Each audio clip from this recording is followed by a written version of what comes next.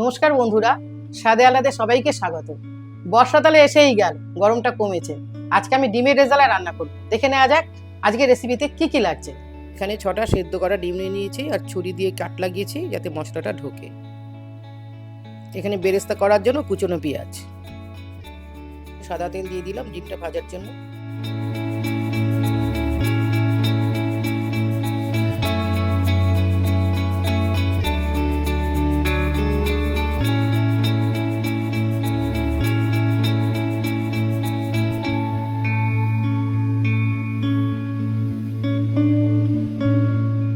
এখানে ডিমগুলো অল্প একটু ভেজে নিলাম।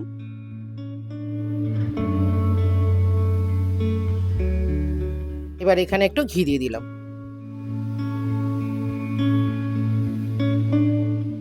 ফোড়নে দিলাম তেজপাতা, শুকনো লঙ্কা, গোলমরিচ, জয়িত্রী, লবঙ্গ, দারচিনি, এলাচ। এখানে পেঁয়াজ, আদা রসুন বাটার পেস্টটা দিয়ে দিলাম। এবার আমি দই দিচ্ছি, গ্যাসটা কমিয়ে, নালে দইটা ফেটে যাবে।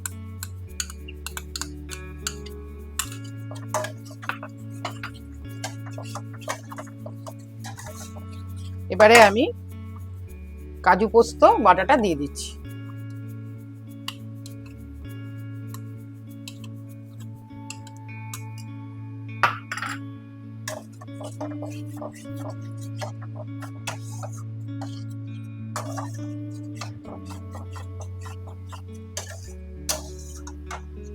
যতক্ষণ কাঁচা গন্ধ থাকবে ততক্ষণ আমাকে নেড়েই যেতে হবে, যতক্ষণ তেল না ছাড়বে। এবার আমি আস্তে আস্তে নুন দিয়ে দিচ্ছি।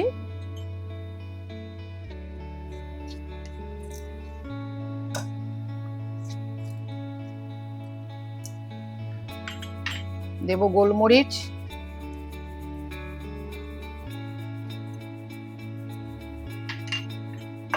দেব মিষ্টি,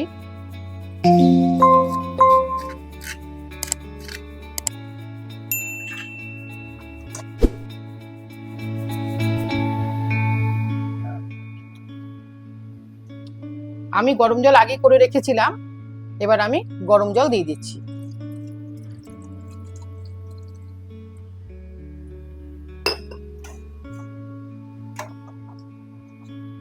এবার আমি ডিমটা ছেড়ে দেবো।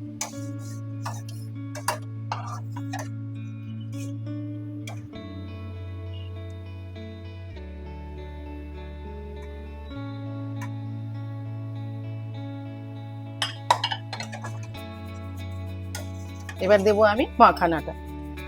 মাখানাটা অপশনাল, আপনারা দিতেও পারেন, নাও দিতে পারেন।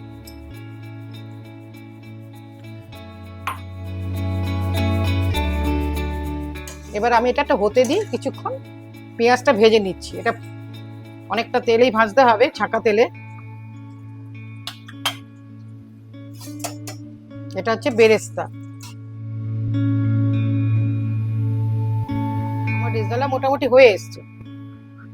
এবারে আমি এবার কেওড়া জল দেব। কেওড়া জল না দিলে রেজাল্ট হবেই না। এবার দেব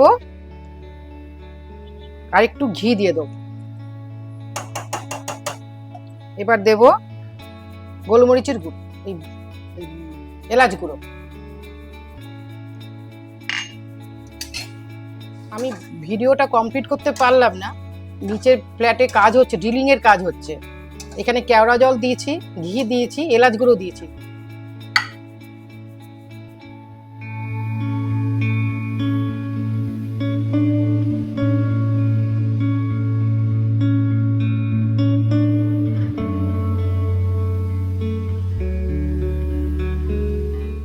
এবার আমি বেরেস্তা ছড়িয়ে দিলাম ওপর দিয়ে।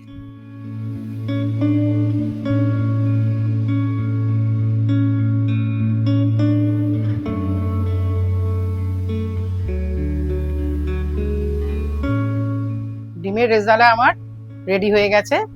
কি সুন্দর দেখতে হয়েছে দেখুন, কালারটাও সুন্দরই এসছে। যেহেতু শুকনো লঙ্কা ফোড়ন দিয়েছি, ওটা তো একটু গলবেই, সাথে একটু লালচে ভাব এসে গেছে, কিন্তু ভালোই লাগছে বেশ। আমি একটু তাড়াতাড়ি খেয়ে নিই, কারণ আমার গলব্লাডার অপারেশনও আছে, প্রেশার হাই, এইসব আছে বলে আমি একটু তাড়াতাড়ি মেনটেন করি খাওয়াটা ওটা। আর অলরেডি দেরিও হয়ে গেছে। আমার ছেলে আমার পরেই খায়, তো আমি খাওয়াটা এবার শুরু করি।